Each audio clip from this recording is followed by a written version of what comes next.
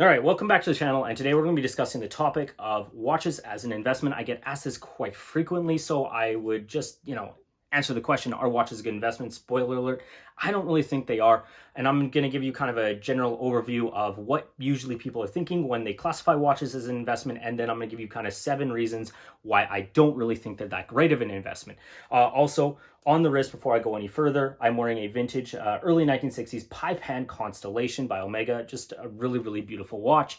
And then also just a very, very quick public service announcement.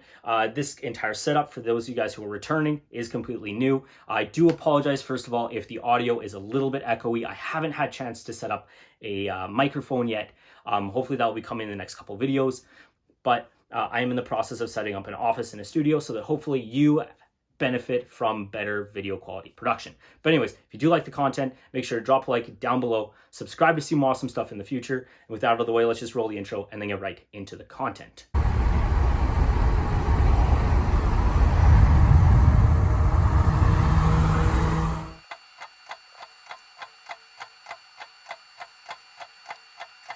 Okay, so the very first thing I want to do is I kind of want to just give you a little bit of a definition of what an investment is. So an investment is you outlaying your hard-earned money, or maybe it wasn't hard-earned. Maybe you got a loan from mommy or daddy or something else. Who knows what? I don't care where it came from, but it is you outlaying some money in the process or the hopes of generating income or profit. So you want your money to make you money. That's basically the idea. Now, when it comes to watches, there's kind of 2 forms that people like to think about this. And when they go to purchase a watch, they're either thinking about it as a short-term investment or a long-term investment. And the mindset with both is quite different. And I'm going to use a little bit of real estate examples to kind of reinforce this, and then also compare it to vehicles. So in the advent of short-term investment is usually what in the real estate market people would refer to as wholesale investing, where you buy a property with the intention to flip it. Now, when you buy the property with the intent to flip it, usually it's a fixer-upper or things like that, and you want to maximize your profit within the shortest time frame possible, because otherwise you are incurring holding costs. Now, disclaimer, you can make money buying and selling watches. In fact, there's businesses all over that do this, right? There's flippers.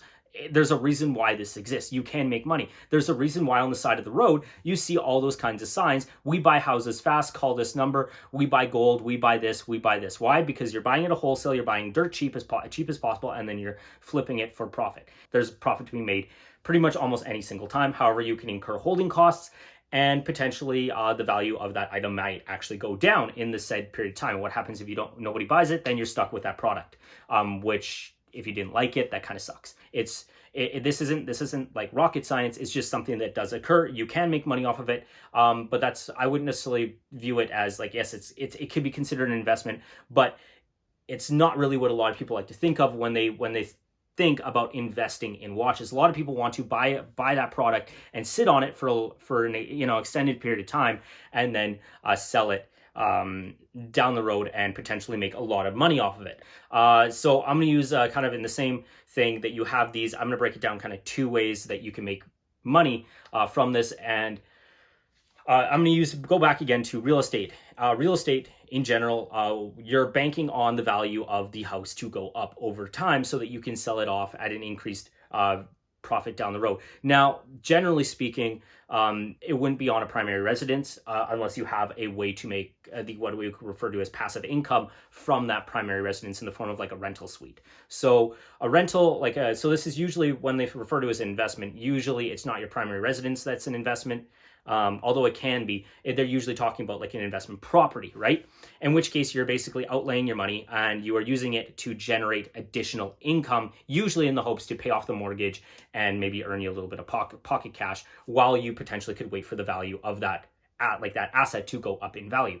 So there is also that. The only thing is, and the same with cars, right? There's rental car agencies, there's things like that where you can rent out that, and I'd be very hesitant to call, cars and stuff, watches really assets, but you can rent out a vehicle to potentially pay off the loan or to just make additional income, especially if the car is desirable and people want to rent it out, right? And the same thing is if your rental is not desirable, people are not going to want to rent it. With watches, at this point in time, I don't know if there's a successful watch rental company. Maybe that might be something you guys could look into. However, there is not really a way for you to generate additional income off of that investment I would say that the investment, the money that you put into that watch. It literally will sit in the safe, and in 20 years time, it may or may not be worth money. And then also it's just a watch, but there's no dividend check that it can cut you, or there's no compounding interest, right? There's no real way for it to make money, to compound, or pay you out at the end of the year based upon the performance of said asset or said your portfolio, right? And so that kind of leads me. And now that we're done with that, that kind of leads me into the 7 points as to why watches aren't necessarily the greatest of investments. All right, so the very first point I want to make is that watches 99% of the time will depreciate in value, and they will depreciate quite a bit. Not as bad as cars in most of the cases, and that's why some people see them as a safer way to put your money than a vehicle. However, nobody walks into a dealership buying a Toyota Corolla thinking that it is a good way to hedge against inflation or to invest their money. It is utilitarian. They want to use it as a utilitarian item. Now, the thing is I know a lot of people would be like, well, what about Rolex, Audemars Piguet, and Patek Philippe? Those are the 3 main brands that are really bucking the trend in the luxury watch division that are selling at premiums. And that is on the secondary market. And the reason why they're really doing this, and I'm going to be very specific, only certain watches from those brands sell at ridiculous premiums. Like, realistically, have you heard of the Rolex Cellini? It's an overlooked model by Rolex, but most people don't really care about it because most of the popular ones are, the sports models. It's what is popular right now, and we could talk about the market volatility, but it's what's popular right now. No one really cares about the things like the Rolex Cellini, and for instance, in Audemars Piguet, have you really heard of anything outside of the offshore and the Royal Oak? Not really, unless you're a really, really big watch enthusiast. So that really brings us into, why are these really going up crazy in value on the secondary market? Well, scarcity. Point number 2, really, scarcity. And the thing is, remember this, if I can readily go and buy something over the counter, it's right there, tons of options for me at a big discount, it will not produce a premium for me. The reason why is very simple: supply and demand. It's like an 8th grade economics class. If I can go buy it really easily at a discount, there is nobody, at least no intelligent person, should pay a premium for that when they could go themselves into whatever place and get a discount on that. So therefore, the entry-level pieces that you're buying, and even up into some mid-range pieces, I mean, like, Hamilton, Seiko, Tissot, Longines, Rado, etc., even these pieces that you can get, 20, 30, I mean, in Citizen and Seiko's case, 40, 50% off of, you should never think that you can go resell them at a major profit because everybody else has access to those same discounts, and it is a depreciating asset. If you think about it, almost anything can be sold at a premium if it is scarce enough. Think about when the PS5s were released. Why do you think there were scalpers taking advantage of them? Why? Sloppy release schedule as usual, and the demand for them was higher than what the supply was available. Simple. The third point here is that I believe that a lot of celebrities, a lot of YouTubers, and a lot of, I would say, YouTuber investors will say, oh, double your money with these watches. The problem is the AD model in order to get the watch. Even some of the boutiques, right?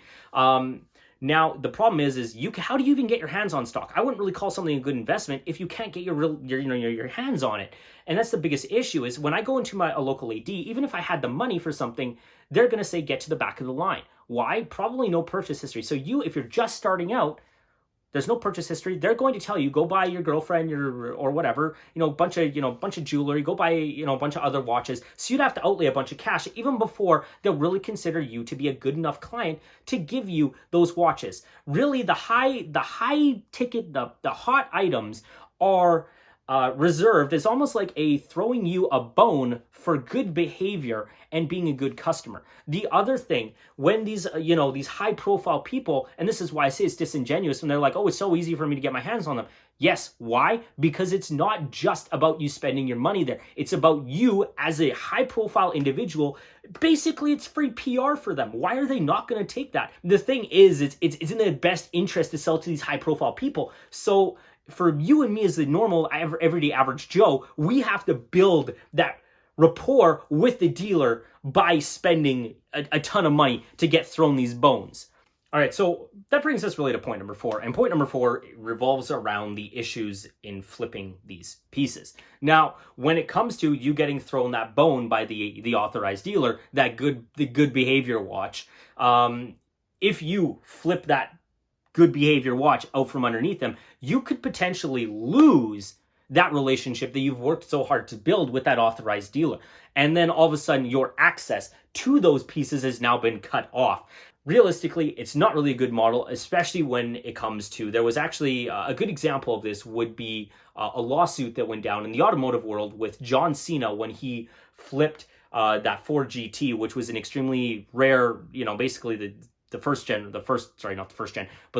release of them. You had to sign a buyer's agreement when he bought it, saying that he would not sell the vehicle for 2 years and flip it. Why? Because they were so in demand. Yes, he made a profit. Yes, there was the whole lawsuit. I believe it was settled out of court. What the settlement was, you guys can go look that up. But just think of it.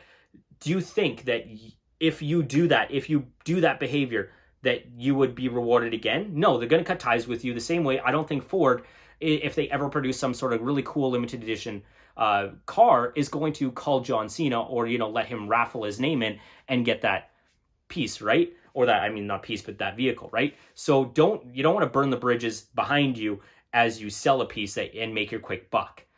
Because, as for an investment, you want to be able to do it multiple times and you want to make an extended amount of money over a longer period of time. Okay, so point number 5 just revolves around selling the watches. Now, as someone who buys and sells watches, it is a lot harder than just simply walking to an authorized dealer, buying that piece, and then going and looking at the value on Chrono24 or eBay or wherever you want to find your values and flipping it and then having someone pick it up right as soon as you walk out of the authorized dealer. Now, for some people that, almost might be that easy, but realistically, you have to then, create an ad, market the watch, and really for security reasons, there are a lot of issues. There could be scams where you get scammed out of your money, and some people don't really know this. I mean, if you spend your time buying and selling, then you'll come to realize and know different kinds of scams when you see them.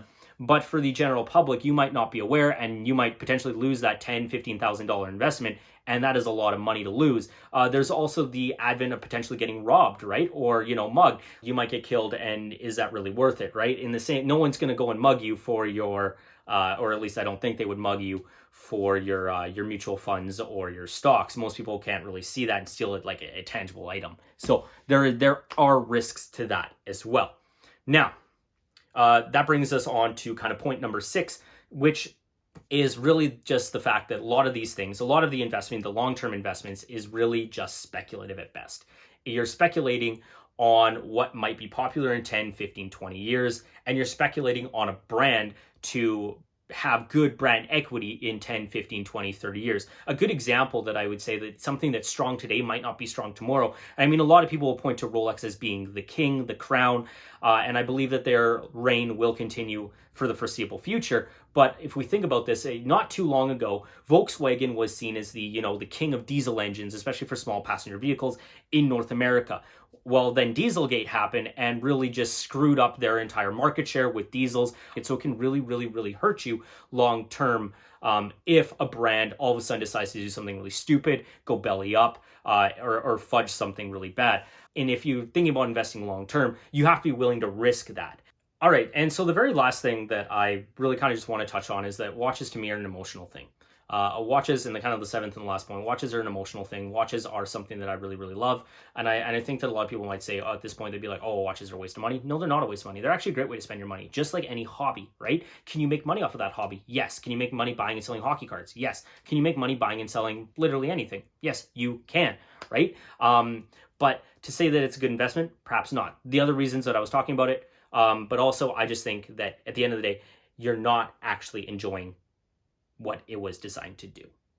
If you buy a car that's super cool and you have it sit under a tarp, or not a tarp because you would ruin the paint, but under a car cover for 20 years and then hope to unload it, you're not enjoying the piece. You won't ever get to see that satisfaction. You won't ever get to enjoy what it actually is doing. If you buy a watch and it just sits there and you hope it goes up, that's speculative, but you're also missing out on every single opportunity for you to enjoy it. That's everything for you. I know it took a little bit of a long time, but anyways, thank you so much for listening on to the ends. And if you, I guess if you do have any questions, obviously inbox is open. I mean, you could find me on Instagram as well. Write in the comments whatever you think. I know if you disagree with me, that is your prerogative. But anyways, obviously, if you like the content, make sure to drop a like down below. Subscribe to see more awesome stuff in the future. But I'm going to leave it off there. So take care and I'll see you later.